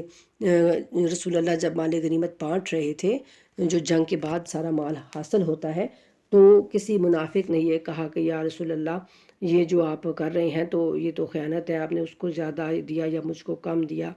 اس طرح سے کوئی بات ہوئی۔ تو تب اللہ نے یہ آیت نازل کی کہ کسی نبی کو یہ نہیں پہنچتا کہ وہ خیانت کرے، یعنی نبی خیانت نہیں کر سکتا۔ اور کیا جو شخص اللہ کی خوشنودی کا تابع ہو وہ اس شخص کی طرح ہو سکتا ہے جو اللہ کے غضب میں گرفتار ہو اور جس کا ٹھکانہ جہنم ہو، اور وہ بہت برا ٹھکانہ ہے۔ اللہ کے نزدیک ان کے لیے درجات ہیں اور اللہ ان کے اعمال کو خوب دیکھنے والا ہے۔ ایمان والوں پر اللہ نے بڑا احسان کیا کہ ان کے درمیان انہی میں سے ایک رسول بھیجا جو انہیں اس کی آیات پڑھ کر سناتا ہے اور انہیں پاکیزہ کرتا ہے اور انہیں کتاب و حکمت کی تعلیم دیتا ہے، جبکہ اس سے پہلے یہ لوگ صریح گمراہی میں مبتلا تھے۔ یہ آیت دیکھیں، یہ میرے خیال ہے یہ اب تیسری دفعہ آ رہی آیت۔ پہلے جناب ابراہیم کی دعا میں تھی، پھر اللہ نے خود یہ فرمایا کہ ہاں ایسا میں نے کر دیا، اب پھر اللہ تعالیٰ ایمان والوں کو کہہ رہے ہیں کہ میں نے تم پر بڑا احسان کیا ہے کہ تم میں سے یہ رسول جو بھیجا ہے اپنا محبوب، اتنا نرم دل، اتنا اخلاق والا، اتنا بہترین، تو اس کی قدر کرو۔ مسلمانوں، جب تم پر ایک مصیبت پڑی تو تم کہنے لگی کہ یہ کہاں سے آئی، وہی جنگ احد کا واقعہ، جبکہ اس سے دگنی مصیبت تم فریق مخالف پر ڈال چکے ہو۔ جنگ بدر میں یعنی کافروں کو تم شکست دے چکے ہو۔ کہہ دیجئے یہ خود تمہاری اپنی لائی ہوئی مصیبت ہے، بے شک اللہ ہر چیز پر قادر ہے۔ یعنی پھر اللہ تعالیٰ کہتے ہیں کہ دیکھو مسلمانوں، یہ تمہارے اپنے ہاتھوں سے لائی ہوئی مصیبت ہے۔ یہ مصیبت اس وجہ سے آئی ہے کہ تم نے میرے رسول کی نافرمانی کی ہے، اور دونوں فریقوں کے درمیان مقابلے کے روز تمہیں جو مصیبت پہنچی وہ اللہ کے اذن سے تھی، اور اس لیے بھی کہ اللہ دیکھنا چاہتا تھا کہ مومن کون ہے۔ یعنی اللہ آزمانا چاہتے تھے کہ کون ہے مومن جو ڈٹ کے مقابلہ کرتا رہتا ہے اور جو بھاگتا نہیں ہے، اور کون ایسا ہے جو کافروں سے ڈر کے تو بھاگ جاتا ہے۔ تو اللہ کہتے ہیں کہ ایک ہوتا ہے مسلمان، ایک ہوتا ہے مومن، تو جس کا یقین مضبوط تھا، جس کا بھروسہ اللہ پر زیادہ تھا، وہ ڈٹ کے وہاں مقابلے میں کھڑا رہا۔ اور اسی جو جنگ احد میں ایک مسلمان تھے، صحابہ تھے، ان کا مجھے نام نہیں آ رہا، تو وہ کہتے ہیں کہ وہ بھی دوڑتے ہوئے آئے اور ایک دم سے تو آ کے تو یعنی جنگ میں جب بھگدڑ مچ گئی تو اس نے کہا کہ کدھر بھاگے جا رہے ہو؟ تو انہوں نے کہا کہ آپ ہم کیا کریں، محمد تو قتل ہو گئے نعوذ باللہ۔ وہ بھی صحابی تھے جو بھاگ رہے تھے واپس۔ تو انہوں نے کہا کہ اگر محمد جو ہے وہ نہیں رہے تو پھر ہمارے زندہ رہنے کا کیا مقصد ہے؟ تو وہ اپنی تلوار لے کے تو کافروں کے یعنی ان کے اندر گھس گئے اور ان کو قتل کرتے کرتے خود بھی وہ شہید ہو گئے۔ تو یوں اللہ چاہتا ہے کہ میں دیکھنا چاہتا تھا کہ مومن کون ہے، اور یہ بھی دیکھنا چاہتا تھا کہ نفاق کرنے والے کون ہیں۔ اللہ اکبر! یعنی اللہ تعالیٰ جو رسول کی نافرمانی کرتا ہے ان کو اللہ نفاق سے تشبیہ دے رہے ہیں، منافق سے اللہ تشبیہ دے رہے ہیں ان کو۔ اور جب ان سے کہا گیا کہ آؤ اللہ کی راہ میں جنگ کرو یا دفاع کرو، تو وہ کہنے لگے اگر ہمیں علم ہوتا کہ طریقے کی جنگ ہو رہی ہے تو ہم ضرور تمہارے پیچھے ہو لیتے۔ اور اس دن یہ لوگ ایمان کی بنسبت کفر سے زیادہ قریب ہو چکے تھے۔ وہ اپنے منہ سے وہ بات کہتے تھے جو ان کے دلوں میں نہیں تھی، اور جو کچھ یہ لوگ چھپاتے ہیں اللہ اس سے خوب آگاہ ہے۔ یعنی منافقین جو چھوڑ کر چلے گئے تھے، میں نے بتایا نا ابھی کہ 1000 نکلے تھے لیکن 300 رستے سے ہی واپس چلے گئے۔ تو اللہ ان کے متعلق کہہ رہے ہیں یہ وہ لوگ ہیں جو خود پیچھے بیٹھے رہے اور اپنے بھائیوں کے بارے میں کہنے لگے کاش اگر وہ ہماری بات مانتے تو قتل نہ ہوتے۔ یعنی منافق خود تو پیچھے چلے ہی گئے، اور پھر جو شہید ہو گئے تھے ان کے بارے میں بھی یہ ان کے جو گھر والے تھے ان کو کہنے لگے کہ ہم نے کہا تھا نا کہ مت جاؤ، تو اب وہ اگر نہ جاتے تو وہ قتل نہ ہوتے۔ تو ان سے کہہ دیجیے اگر تم سچے ہو تو موت کو اپنے سے پھر ٹال دو۔ اللہ کہتے ہیں کہ موت تو برحق ہے، اگر تم سچے ہو یعنی وہ اگر نہ جاتے تو نہ قتل ہوتے، تو تم اپنی موت کو مجھے ٹال کے دکھا دو، اور جو لوگ راہ خدا میں مارے گئے ہیں قطعاً انہیں مردہ نہ سمجھو، بلکہ وہ زندہ ہیں، اپنے رب کے پاس سے رزق پا رہے ہیں۔ پیچھے ہم نے کیا پڑھا تھا کہ جو لوگ اللہ کی راہ میں مارے گئے ان کو مردہ نہ کہو، وہ زندہ ہیں، لیکن ان کی زندگی کا تم ادراک نہیں کر سکتے، تمہیں شعور نہیں ہے۔ پیچھے ہم نے یہ پڑھا، اور یہاں پر اللہ کہہ رہے ہیں کہ وہ زندہ ہیں بلکہ اپنے رب کے پاس سے رزق بھی پا رہے ہیں۔ اللہ نے اپنے فضل سے جو کچھ انہیں دیا ہے اس پر وہ خوش ہیں، یعنی جو اللہ کے راستے میں شہید ہو جاتا ہے، اللہ کہتے ہیں جو کچھ اللہ نے ان کو دیا ہے وہ اس بات پر خوش ہیں، اور جو لوگ ابھی ان کے پیچھے ان سے نہیں جا ملے، یعنی مومن جو ابھی شہادت کا رتبہ نہیں پایا انہوں نے، تو ان کے بارے میں بھی وہ خوش ہیں کہ انہیں قیامت کے روز نہ کوئی خوف ہوگا اور نہ وہ غمزدہ ہوں گے۔ وہ اللہ کی عطا کردہ نعمت اور اس کے فضل پر خوش ہیں، اور اس بات پر بھی کہ اللہ مومنوں کا اجر ضائع نہیں کرتا۔ اور جنہوں نے زحم کھانے کے بعد بھی اللہ اور رسول کے حکم کی تعمیل کی، ان میں سے جو لوگ نیکی کرنے والے اور تقوی والے ہیں ان کے لیے اجر عظیم ہے۔ یہاں پر بھی دیکھیں، اب اللہ تعالیٰ ان کے بارے میں بات ہو رہی ہے کہ جب رسول اللہ صلی اللہ علیہ وآلہ وسلم جنگ احد کے بعد کہتے ہیں کہ پھر کافروں نے یہ سوچا کہ اب تو وہ شکست کھا چکے ہیں تو چلو واپس چلتے ہیں۔ ابو جو سفیان، سفیان تھے اس وقت جو سردار تھا، ابو سفیان، تو اس نے کہا کہ چلو واپس چلتے ہیں اور جا کے جنگ کرتے ہیں اور ان کا خاتمہ ہی کر دیتے ہیں۔ تو پھر اللہ نے بھی حکم بھیجا اپنے رسول کو کہ جو بھی اب آپ میں زخم کھائے ہوئے لوگ ہیں، زخمی ہیں، ان کو اب ساتھ لیں اور واپس جو ہیں جائیں اور ان سے جا کے تو جنگ کریں۔ تو وہ زخم کھانے والے جو یعنی ایک قسم کے وہ لاچار تھے، وہ سارے جو بھی ایک قسم کا کہہ رہے ہیں کہ زخمی تھے، تو وہ سارے رسول اللہ کے ساتھ پھر واپس آئے۔ تو اللہ کہتے ہیں کہ اللہ یہاں پر بھی یہ نہیں کہہ رہے کہ وہ سارے جو ہیں ان کو میں نے اجر عظیم دیا، یا وہ سارے کچھ یعنی اللہ تعالیٰ نے کہہ دیا کہ سب ٹھیک ہے، یا نہیں۔ اللہ کہہ رہے ہیں کہ جنہوں نے زخم کھانے کے بعد بھی اللہ اور رسول کے حکم کی تعمیل کی، اللہ کا حکم اور رسول کا حکم مان لیا، تو ان میں سے جو لوگ نیکی کرنے والے ہیں اور پھر وہ تقوی پر ڈٹے رہنے والے ہیں ان کے لیے اجر عظیم ہے۔ ٹھیک ہے، اللہ تعالیٰ اینڈ تک جو ہے وہ کسی کو بھی اس بات کی چھوٹ نہیں دیتے کہ اب وہ یہ بات سمجھ لے کہ بس اللہ اب مجھ سے راضی ہے تو میں جو مرضی کرتا رہوں۔ اس بات کو آپ ذہن میں رکھا کریں۔ اور جب کچھ لوگوں نے ان مومنین سے کہا کہ لوگ تمہارے خلاف جمع ہوئے ہیں بس ان سے ڈرو، تو یہ سن کر ان کے ایمان میں اور اضافہ ہوا، اور وہ کہنے لگے ہمارے لیے اللہ کافی ہے اور وہ بہترین کارساز ہے۔ حسبنا اللہ و نعم الوکیل و نعم المولا و نعم النصیر، کہ یعنی جب ابو سفیان نے کسی کو بھیجا کہ جاؤ جی جا کے تو ان سے کہو کہ میں بہت بڑا ایک لشکر لے کے تو آ رہا ہوں، تو اس نے آ کے جب یہ کہا تو جو مجاہدین تھے، جو رسول اللہ کے ساتھ زخمی لوگ سارے، وہ واپس پھر آ رہے تھے، تو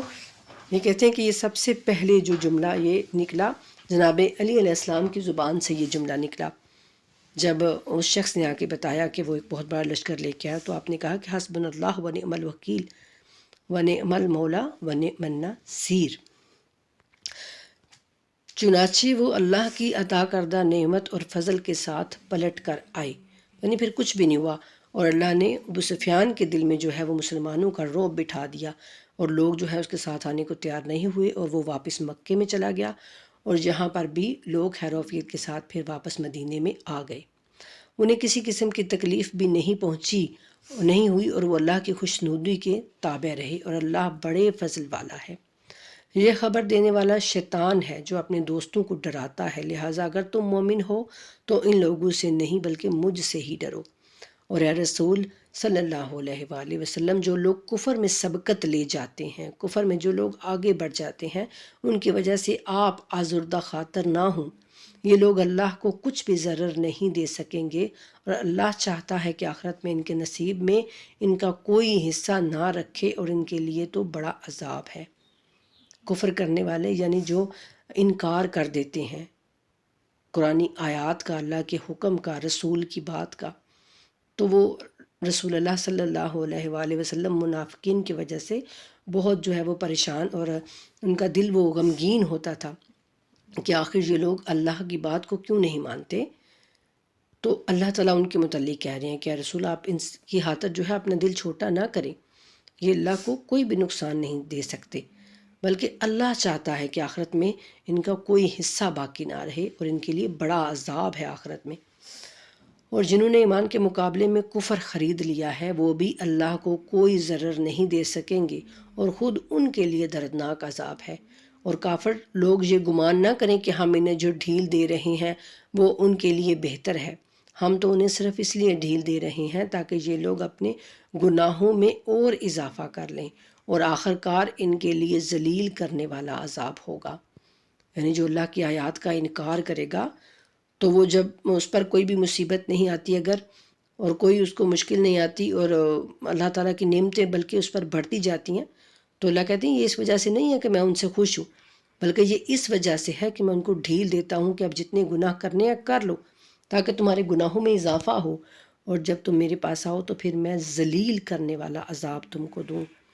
اللہ مومنوں کو اس حال میں رہنے نہیں دے گا جس حالت میں اب تم لوگ ہو، اور یہاں تک کہ پاک لوگوں کو ناپاک لوگوں سے الگ کر دے،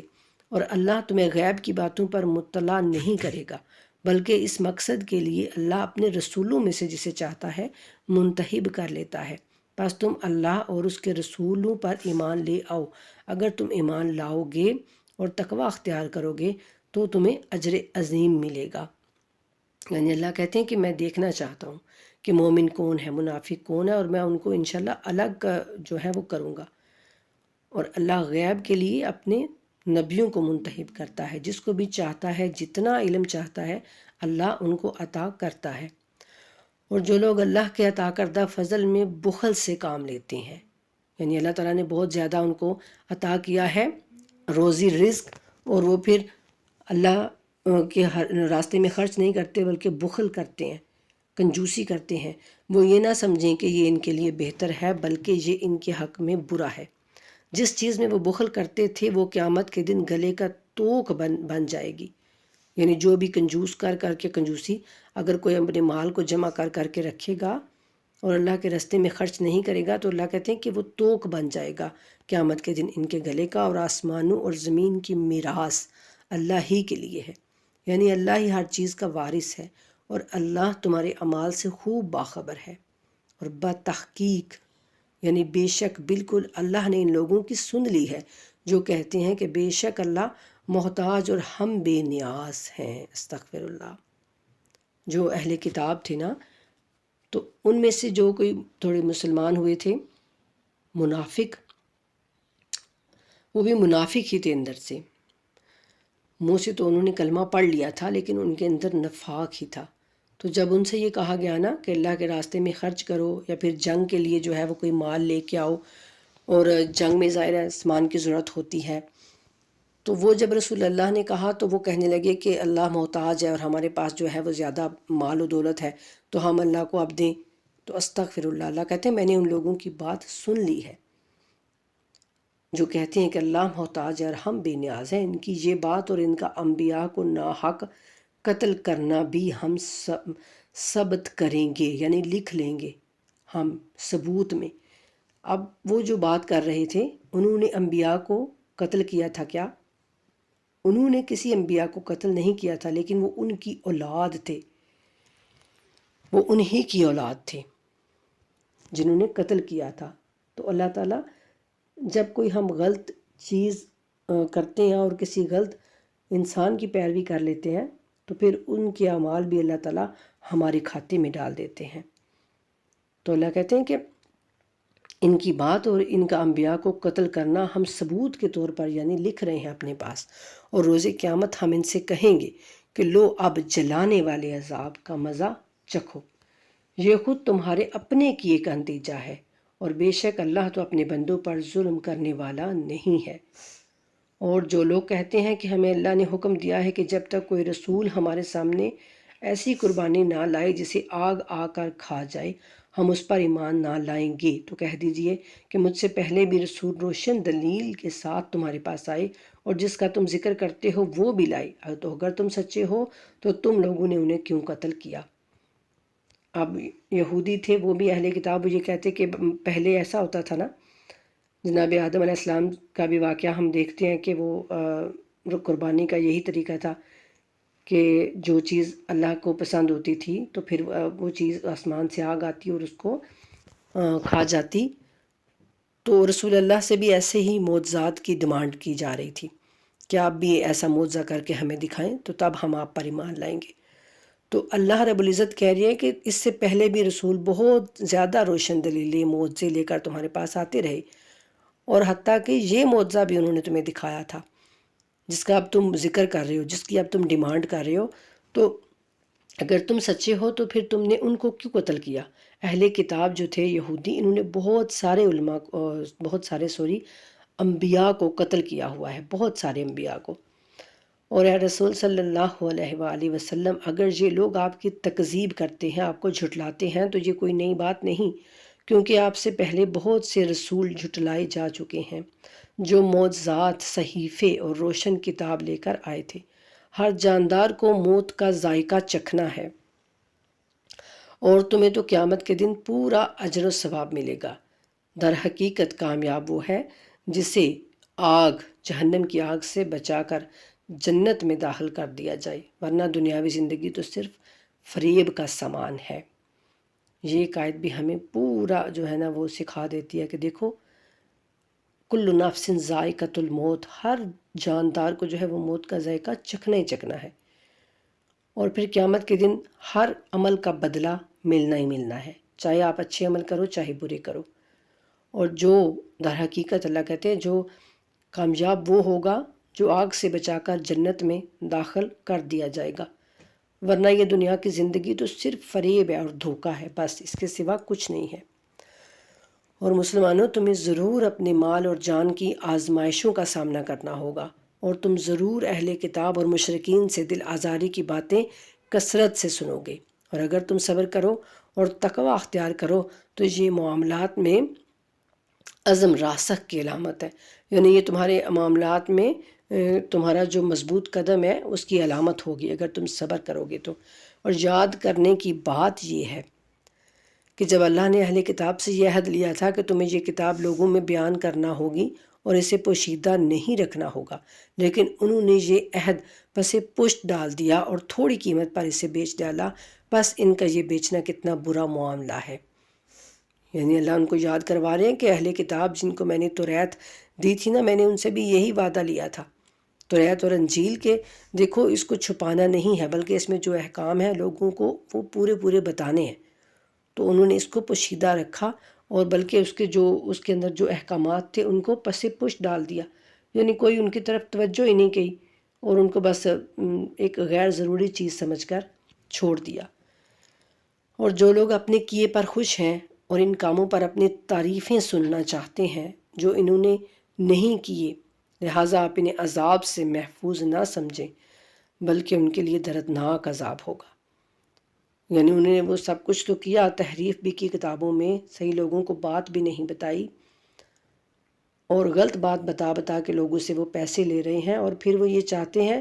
کہ رسول اللہ اب جو ہے وہ کہیں کہ تم تو واقعی بھی بڑا کام کیا ہے تم نے، تم تو بنی اسرائیل جو ہے جناب ابراہیم کی یعنی تم اولاد ہو، تم تو بڑے نیک ہو، تم تو بڑے یہ ہو، یہ ساری تعریفیں اللہ کہتے ہیں وہ سننا چاہتے ہیں اس کام پر جو انہوں نے کی ہی نہیں. اور آپ ان کو محفوظ نہ سمجھیں کہ یہ آگ سے محفوظ ہیں، بلکہ ان کے لیے دردناک عذاب ہے. تو جو بھی اللہ کی کتاب میں جو لکھا ہوا ہے اس کو چھپائے گا یا اس کے بدلے کچھ اور بتائے گا تو وہ اپنے آپ کو انہی لوگوں میں تصور کرے. اور وہ بچ کر کہاں جائیں گے؟ زمین و آسمان اللہ کے قبضہ قدرت میں ہیں، اور اللہ ہر شے پر قادر ہے. بے شک آسمانوں اور زمین کی پیدا کرنے اور رات اور دن کے بدلنے میں صاحبان عقل کے لیے نشانیاں ہیں. یعنی جو عقل والا ہوتا ہے وہ ان میں اللہ کی قدرت کی نشانیاں جو ہیں اس کے لیے کھلی ہوئی ہیں. جو اٹھتے بیٹھتے اور اپنی کروٹوں پر لیٹتے ہر حال میں اللہ کو یاد کرتے ہیں اور آسمانوں اور زمین کی خلقت میں غور و فکر کرتے ہیں اور کہتے ہیں ہمارے رب یہ سب کچھ تو نے بے حکمت نہیں بنایا، تیری ذات ہر عیب سے پاک ہے، پس ہمیں عذاب جہنم سے بچا لے۔ یہ بات ہے کہ اللہ کے ہر چیز میں غور و فکر کرنا، اللہ تعالیٰ کی بنائی ہوئی جو چیزیں ہیں ان میں غور کرنا، اللہ کی نشانیوں کو دیکھنا، ان میں تدبر کرنا، اور پھر اللہ کی عظمت کو جو ہے وہ سلام کرنا۔ یہ ان کا ذکر کر رہے ہیں اللہ کے، وہ اٹھتے بیٹھتے لیٹتے چلتے پھرتے یعنی کروٹوں لیٹتے اللہ کو یاد کرتے رہتے ہیں، ہر وقت اس کی جو چیزیں ہیں اس میں غور و فکر کرتے رہتے ہیں، اور اے ہمارے رب دعا کرتے ہیں ہمارے رب تو نے جسے جہنم میں ڈالا اسے یقیناً رسوا کیا، اور پھر ظالموں کا کوئی مددگار بھی نہ ہوگا۔ اے ہمارے رب ہم نے ایک ندا دینے والے کو سنا جو ایمان کی دعوت دے رہا تھا، اپنے رب پر ایمان لے آؤ، تو ہم ایمان لے آئے۔ تو اے ہمارے رب ہمارے گناہوں سے درگزر فرما اور ہماری خطاؤں کو دور فرما، اور نیک لوگوں کے ساتھ ہمارا خاتمہ فرما۔ ہمارے رب تو نے اپنے رسولوں کی معرفت ہم سے جو وعدہ کیا ہے وہ ہمیں عطا کر، اور قیامت کے دن ہمیں رسوا نہ کرنا، بے شک تو وعدہ خلافی نہیں کرتا۔ بس ان کے رب نے ان کی دعا قبول کر لی اور فرمایا کہ میں تم میں سے کسی عمل کرنے والے کا عمل ضائع نہیں کروں گا، خواہ وہ مرد ہو یا عورت۔ اب اللہ تعالیٰ یہاں کھل کے بیان کر رہے ہیں کہ دیکھو کوئی بھی مرد ہو یا عورت ہو، تو جو کوئی بھی نیک عمل کرے گا تو اللہ کے ہاں سے وہ اجر پائے گا۔ اس میں کوئی کسی پر کوئی فضیلت حاصل نہیں ہے کہ مرد کا عمل جو ہے وہ زیادہ اللہ کے حضور میں قبول ہوگا یا پھر عورت کا جو ہے وہ کم ہوگا، تو ایسی کوئی بات نہیں ہے۔ اللہ کہتے ہیں جو بھی نیک عمل کرے گا تو اللہ کے ہاں سے وہ ضرور اجر پائے گا، اور تم ایک دوسرے کا حصہ ہو۔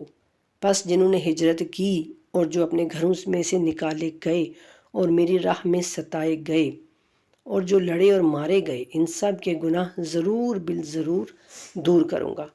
اور انہیں ایسے باغات میں ضرور بالضرور داخل کروں گا جن کے نیچے نہریں بہہ رہی ہوں گی۔ یہ ہے اللہ کی طرف سے جزا، اور اللہ ہی کے پاس بہترین جزا ہے۔ اور اے رسول صلی اللہ علیہ وآلہ وسلم، مختلف علاقوں میں کافروں کی آمد و رفت کو کسی دھوکے میں آپ کو نہ ڈالیں۔ یہ چند روزہ عیش و نوش ہے، پھر ان کا ٹھکانہ جہنم ہوگا جو بدترین جائے قرار ہے۔ یعنی اللہ رب العزت کہہ رہے ہیں کہ کافروں کے پاس جو بہت زیادہ مال و دولت ہے، اس وقت جب رسول اللہ صلی اللہ علیہ وآلہ وسلم کے دور میں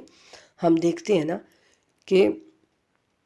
صحابہ کرام اور خود رسول اللہ صلی اللہ علیہ وآلہ وسلم بھی کوئی بہت وہ نہیں کہ بہت مال تھا ان کے پاس اور بہت یعنی دنیاوی جو ہے وہ آسائشیں تھیں، بڑا سا کوئی محل تھا، اس طرح کا کچھ نہیں تھا، لیکن اس کی نسبت جو کافر تھے، ابو جہل ہو گیا، ابو سفیان، بڑے بڑے یہ جو سارے سردار تھے، ان کے پاس بہت مال و دولت، بہت پیسہ اور بہت عیش و عشرت تھی، تو وہ اللہ تعالیٰ کہہ رہے ہیں کہ یہ جو پھرتے رہتے ہیں مختلف علاقوں میں اور آمد و رفت کرتے ہیں اور ان کے پاس بہت سامان ہے، تو یہ آپ کو کسی دھوکے میں نہ ڈالے، بلکہ یہ تو چند روزہ عیش ہے، پھر ان کا ٹھکانہ جہنم ہوگا جو بدترین جگہ ہے۔ لیکن اس کے برعکس جو لوگ اپنے رب کا خوف رکھتے ہیں، ان کے لیے ایسے باغات ہیں جن کے نیچے نہریں بہہ رہی ہیں، جن میں وہ ہمیشہ رہیں گے۔ یہ اللہ کی طرف سے ان کے لیے ضیافت ہے، اور جو کچھ اللہ کے پاس ہے نیک لوگوں کے لیے وہ سب سے بہتر ہے۔ اللہ تعالیٰ جہاں بھی جنت کا ذکر کریں گے ساتھ جہنم کا بھی کرتے ہیں، اور جہاں جہنم کا ذکر ہوگا تو ساتھ ہی اللہ تعالیٰ جنت کی نعمتیں بھی یاد دلاتے ہیں اور بتاتے ہیں، اور یہ اللہ کی طرف سے ضیافت ہے، یعنی اللہ کی طرف سے مہمان نوازی ہے۔ اور اہل کتاب میں سے کچھ لوگ ایسے ہیں جو خدا پر ایمان رکھتے ہیں، اور جو کچھ تم پر نازل کیا گیا ہے اور جو کچھ ان پر نازل کیا گیا ہے، سب پر اللہ کے لیے خشوع کے ساتھ ایمان رکھتے ہیں، اور اللہ کی نشانیوں کو تھوڑی قیمت پر فروخت نہیں کرتے۔ انہی لوگوں کے لیے ان کے رب کے پاس اجر و ثواب ہے، بے شک اللہ بہت جلد حساب چکانے والا ہے۔ یہ بھی اہل کتاب میں سے ان لوگوں کا ذکر ہو رہا ہے جو مسلمان ہو گئے ہیں، اور وہ قرآن پر بھی ایمان رکھتے ہیں اور اپنی کتابوں پر بھی۔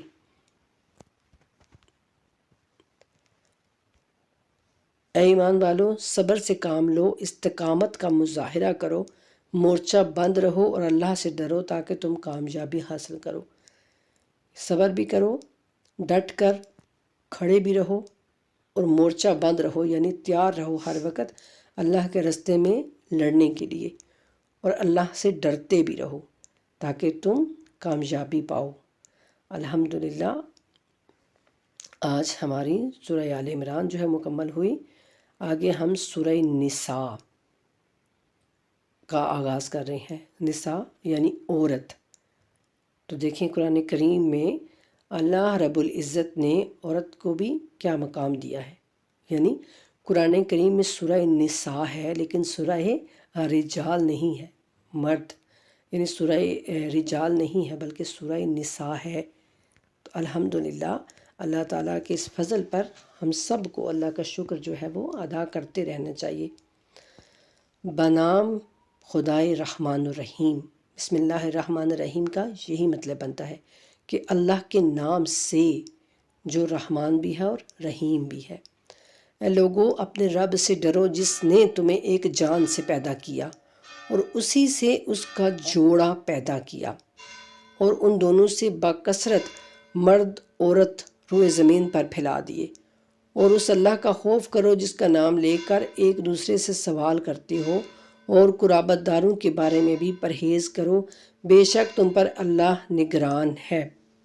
یہاں اللہ رب العزت بتا رہے ہیں کہ میں نے تم کو ایک جان سے یعنی جناب آدم علیہ السلام سے سب کو میں نے پیدا کیا، اور پھر تمہیں دنیا میں مرد و عورت جو ہے وہ پھیلا دیا جناب آدم اور جناب حوا سے۔ تو تم اپنے اللہ کا خوف کرو اور اپنے قرابت داروں کے بارے میں اللہ سے ڈرو۔ یہاں بھی ہمیں رشتہ داروں کے متعلق اللہ تعالیٰ بتا رہے ہیں، اور یتیموں کا مال ان کے حوالے کرو، پاکیزہ مال کو برے مال سے نہ بدلو، اور ان کا مال اپنے مال کے ساتھ ملا کر نہ کھایا کرو، ایسا کرنا یقیناً بہت بڑا گناہ ہے۔ یتیم کا مال جو ہے وہ اللہ کے نزدیک بہت زیادہ جو ہے نا وہ اس کی اہمیت ہے کہ اس کا مال جو ہے وہ مت کھاؤ، اس کے مال کی حفاظت کرو، اور جب وہ اپنے سن بلوغ کو پہنچے یعنی بڑا ہو جائے تو اس کا مال بہترین طریقے سے اس کے حوالے کرو۔ اس کے متعلق بہت ساری آیات ہمیں ملتی ہیں۔ اور اگر تم لوگ اس بات سے خائف ہو کہ یتیم لڑکیوں کے بارے میں انصاف نہ کر سکو گے تو جو دوسری عورتیں تمہیں پسند آئیں ان میں سے 2 2 3 3 یا 4 4 نکاح کر لو۔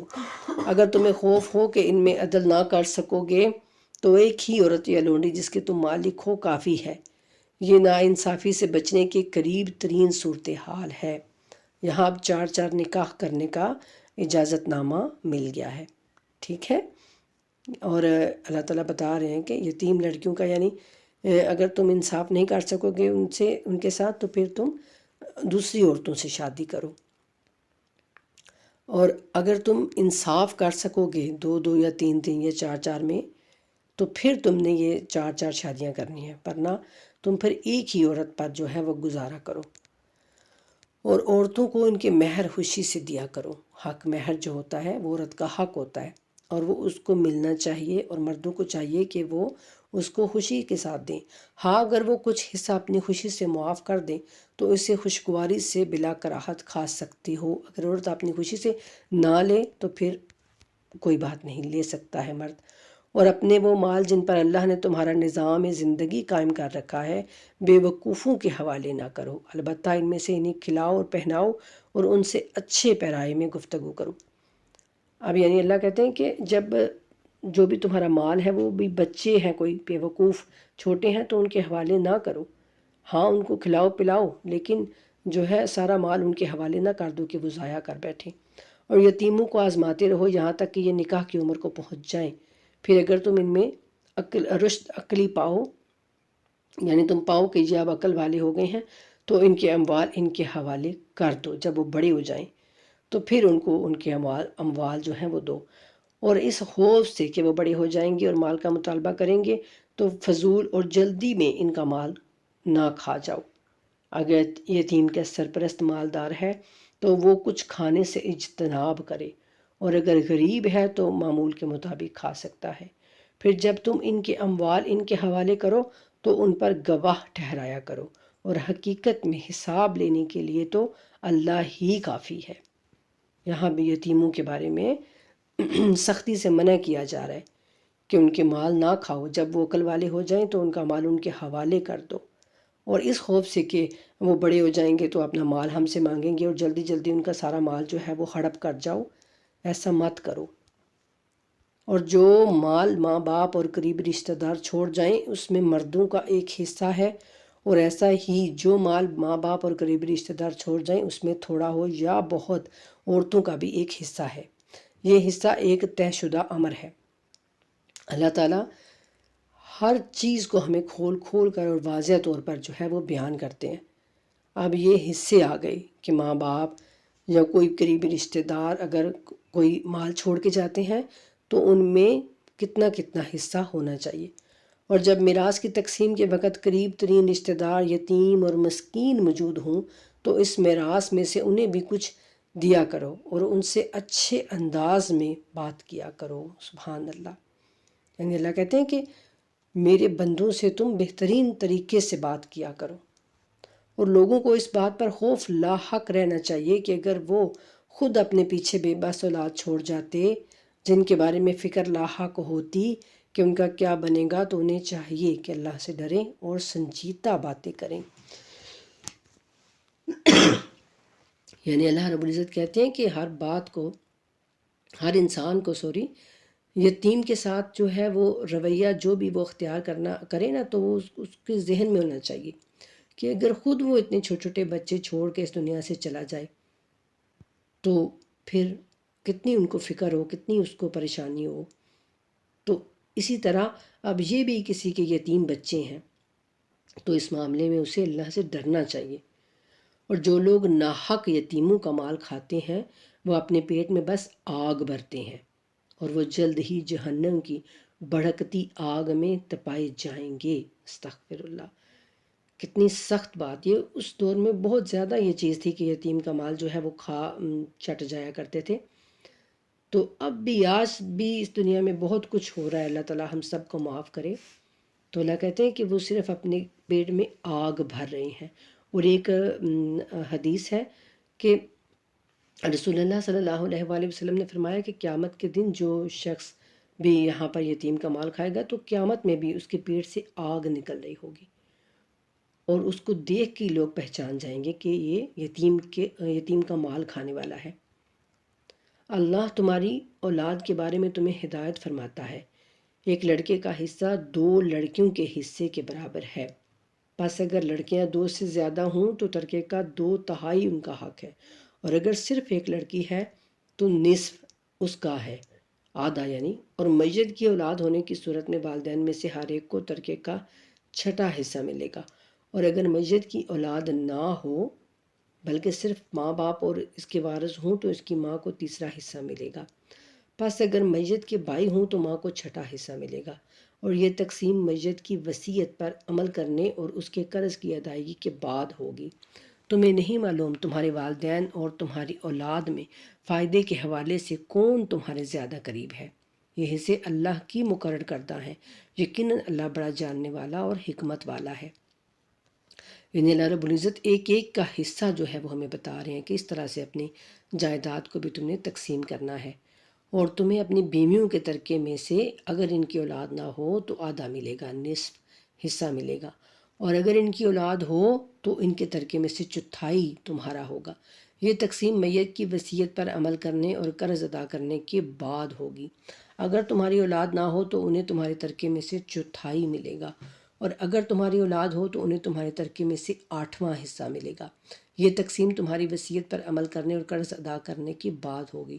اور اگر کوئی مرد یا عورت بے اولاد ہو اور والدین بھی زندہ نہ ہوں اور اس کا ایک بھائی یا ایک بہن ہو تو بھائی اور بہن میں سے ہر ایک کو 6واں حصہ ملے گا، بس اگر بہن بھائی 1 سے زیادہ ہوں تو سب 1/3 حصے میں شریک ہوں گے۔ یہ تقسیم وصیت پر عمل کرنے اور قرض ادا کرنے کے بعد ہوگی، بشرطِ کہ یہ کہ ضرر رساں نہ ہو،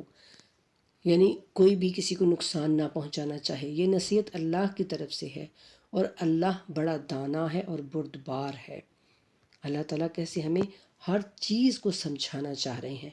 یہ اللہ یہ ساری وصیتیں کر کے تو اللہ کہتے ہیں کہ یہ اللہ کی مقرر کرتا حدود ہیں، اور جو شخص اللہ اور اس کے رسول کی اطاعت کرے گا، اللہ ایسے باغوں میں داخل کرے گا ان کو جن کے نیچے نہریں بہہ رہی ہوں گی،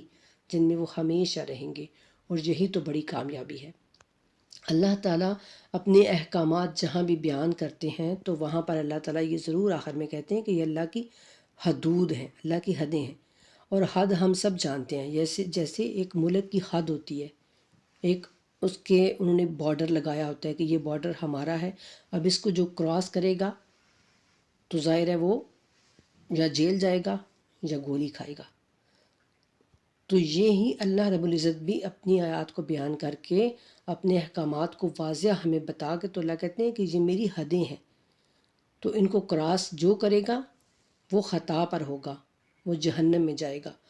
اور جو ان کا لحاظ رکھے گا، جو ان کو کراس نہیں کرے گا، جو شخص اللہ اور اس کے رسول کی فرما برداری کرے گا، بات کو مان لے گا، تو پھر وہ جنتوں میں ہمیشہ رہے گا۔ اور جو اللہ اور اس کے رسول کی نافرمانی کرتا ہے اور اس کی حدود سے تجاوز کرتا ہے، اللہ اسے داخل جہنم کرے گا، جہاں پر وہ ہمیشہ رہے گا، اور اس کے لیے ذلت آمیز سزا ہے۔ جو اللہ کی حدود کا خیال نہیں کرے گا اس کے لیے یہ سزا ہوگی پھر۔ اور تمہاری عورتوں میں جو بدکاری کی مرتکب ہو جاتی ہے، یعنی جو بدکاری کرتی ہیں، ان پر اپنے مسلمانوں میں سے 4 افراد کی گواہی لو،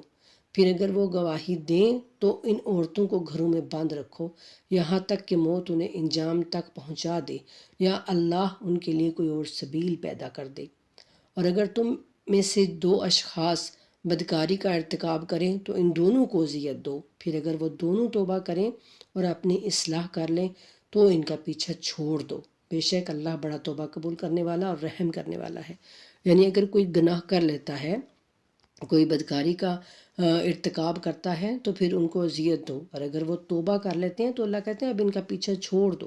اب ساری زندگی ان کو یہ اذیتیں نہ دیتے رہو کہ تم نے یہ کیا تھا یہ کیا تھا۔ اللہ کے ذمے صرف ان لوگوں کی توبہ قبول کرنا ہے جو نادانی میں گناہ کا ارتکاب کر بیٹھتے ہیں۔ اب اللہ کہہ رہے ہیں کہ یہ نہیں کہ ساری زندگی کوئی گناہوں پہ گناہ کرتا جائے، اور جب وہ بستر مرگ پر آ جائے تو پھر کہ یا اللہ آپ مجھے معاف کر دے، ان کی توبہ قبول نہیں ہوگی۔ بلکہ اللہ کہتے ہیں کہ اللہ کے ذمے صرف ان لوگوں کی توبہ کا قبول کرنا ہے جو نادانی میں گناہ کا ارتکاب کر بیٹھتے ہیں، بھول چوک ہو جاتی ہے ان سے، انہیں کسی چیز کا علم نہیں ہوتا، شیطان ان کو بہکا دیتا ہے، پھر وہ جلد ہی توبہ کر لیتے ہیں، تو اللہ ایسے لوگوں کی توبہ قبول کرتا ہے، اور اللہ بڑا دانا اور حکمت والا ہے۔ اور ایسے لوگوں کی توبہ حقیقت میں توبہ ہی نہیں، جو برے کاموں کا ارتکاب کرتے رہتے ہیں یہاں تک کہ ان میں سے کسی کی موت کا وقت آ پہنچتا ہے تو وہ کہہ اٹھتا ہے کہ اب میں نے توبہ کی۔ اور نہ ہی ان لوگوں کی توبہ قبول ہے جو مرتے دم تک کافر رہتے ہیں، ایسے لوگوں کے لیے ہم نے دردناک عذاب تیار کر رکھا ہے۔ اور اے ایمان والو، تمہارے لیے جائز نہیں کہ تم اپنی عورتوں کے جبراً وارث بنو، اور اس نیت سے کہ انہیں قید نہ رکھو کہ تم نے جو کچھ انہیں دیا ہے اس میں سے کچھ حصہ واپس لے لو، مگر یہ کہ وہ مبینہ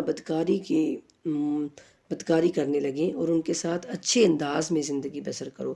اگر وہ تمہیں ناپسند ہے تو ہو سکتا ہے کہ ایک چیز تمہیں تو ناپسند ہو، مگر اللہ اس میں بہت سی خوبیاں پیدا کرتے۔ یعنی یہاں پر یہ بتایا جا رہا ہے کہ اگر کوئی عورت جو ہے وہ کسی بھی وجہ سے اس کے مرد کو پسند نہیں ہے، شکل کی وجہ سے یا پھر کسی بھی وجہ سے، تو اللہ کہتے ہیں کہ پھر بھی ان کے ساتھ اچھے طریقے سے اپنی زندگی گزارنے کی کوشش کرو۔ ہو سکتا ہے کہ وہ اللہ اس میں تمہارے لیے بہترین خوبیاں پیدا کرے، یعنی اس میں سے اللہ تعالیٰ تمہیں بہترین اولاد عطا کرے۔ اور اگر تم لوگ ایک زوجہ کی جگہ دوسری زوجہ لینا چاہو اور ایک کو بہت سا مال بھی دے چکی ہو تو اس میں سے کچھ بھی واپس نہ لینا۔ کیا تم بہتان اور صریح گناہ کے ذریعے مال لینا چاہتے ہو؟ اب یہ بھی اللہ تعالیٰ ہمیں ایک بہت کتنی خوبصورت آیت بتا رہے ہیں۔ اللہ کہتے ہیں کہ جب تم یعنی طلاق دے دو، تمہیں وہ پسند نہیں ہے اگر اور طلاق دینا چاہتے ہو، تو دیکھو اس پر کوئی تہمت نہ لگانا کہ یہ ایسی ہے، یہ ایسی ہے، تو اس لیے میں اس کو طلاق دینا چاہتا ہوں، جیسا آج کل ہمارے ہو رہا ہے عدالتوں میں، کہ جب وہ کہتے ہیں کہ جب جی یہ کوئی یعنی طلاق دینی ہے تو اس پر تہمت لگا دو کہ بس یہ ایسی ہے، تو اس لیے میں اس کو جو ہے وہ طلاق دینا چاہ رہا ہوں، اور پھر جو وہ مال ہوتا ہے وہ بھی پھر نہیں دیا جاتا اس کو، کہ یہ خود بری ہے اس لیے،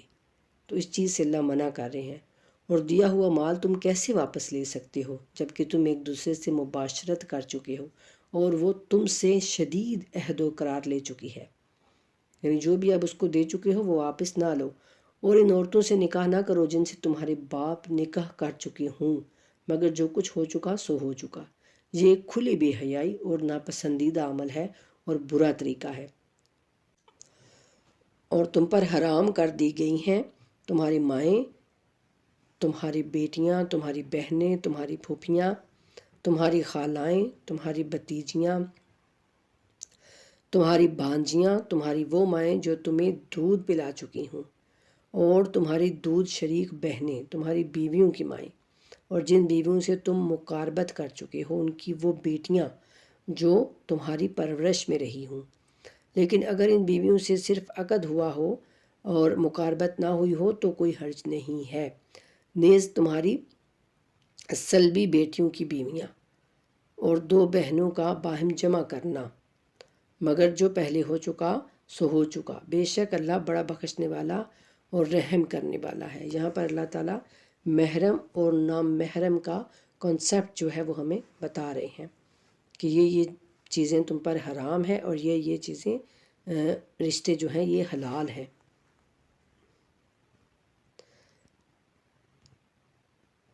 تو الحمدللہ آج ہمارا چوتھا پارہ بھی کمپلیٹ ہوا۔ وما علینا الا البلاغ المبین۔ اللہ تعالیٰ ہم سب کو ان آیات کو پڑھنے کی، ان کو سمجھنے کی اور ان پر عمل کرنے کی توفیق عطا کرے۔ تو ان کو اگر جی آپ کو اچھی لگتا ہے علم، اگر آپ اس کو بہتر سمجھتے ہیں تو اس کو خود بھی سنا کریں اور دوسروں تک بھی اس کو ضرور جو ہے وہ شیئر کیا کریں، اور چینل کو سبسکرائب کر لیا کریں تاکہ اگلا آنے والا پارہ جو ہے وہ آپ کو